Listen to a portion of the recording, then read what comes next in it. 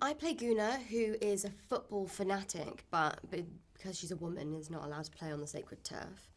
And she stumbles across this caveman, Doug, who is a bit of a loose end when the Bronze Age in which she lives wants to take over his valley.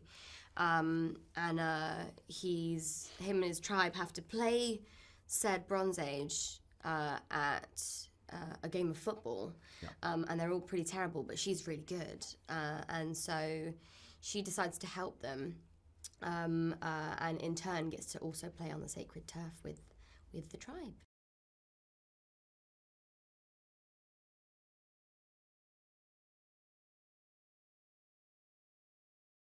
So Lord Nuth is the governor of the Bronze Age town, and he is kind of, apart from being physically very big, he's very pompous and puffed up and frustrated and self-important, and he's kind of the villain of the piece in lots of ways. He wants to, he's got a sort of ploy to get as much bronze as he can,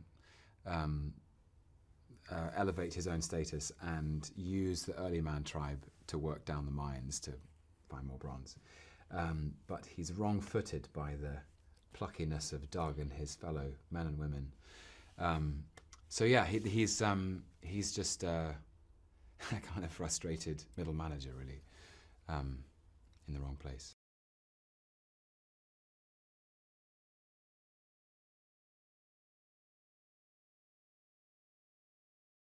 From an actor's point of view, the main difference is that your facial expressions and your body language has been stripped away, and you're forced to use your voice and only your voice, which sounds easier than it is. I think I rely a lot on my facial expressions and my body language when conveying particular emotions, and then, you know, when you're in the booth and you're trying to channel it all into your voice and you listen to it back and you think, actually, that doesn't sound anything like I would have thought it did. So it's just a completely new set of skills that I had to learn, but thoroughly enjoyed doing. And Nick is so wonderful at getting the right performance out of you and staying with it, and just extremely encouraging, and knows.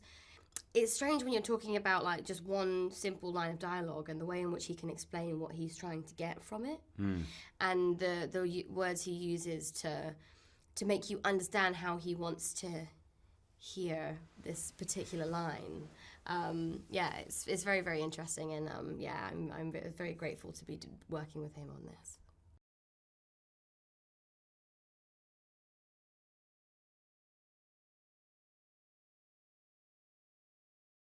Yeah, I think it's the challenges in finding the vocal energy to match the larger than life physical energy of these clay characters, because there's something unnaturalistic about the vocal performance, especially Nuth, who is larger than life in so many ways. But I enjoyed it very much, and I've been such an admirer of Aardman and of Nick Park for so long, and he made me laugh endlessly in the sound studio, and it was a sort of, you know, game of tennis where he would suggest something and I would do it, and he would go, oh, that's good, try this, and it felt very free and fun and experimental, and he seemed happy, so yeah.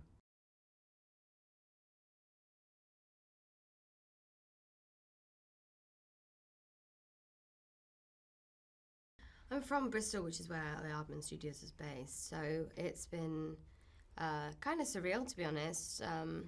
I grew up so hooked on these films that I actually tried to make my own stop motion little clips, I guess. I don't even know if they'd be clips. It'd probably be maybe like 10 pictures.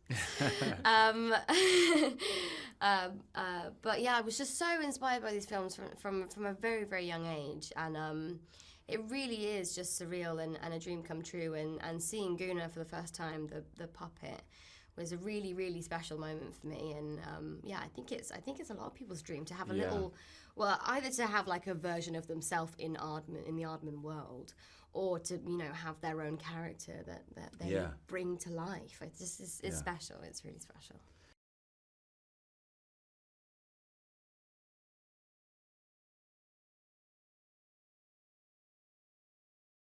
they're very touching, and they're actually more complex than they seem, and they're accessible from a child's perspective, and they're accessible from an adult's perspective, and both in their tone and their story and their sense of humour. And I think that's an extraordinary balance that they strike. So I just feel very lucky to be in them.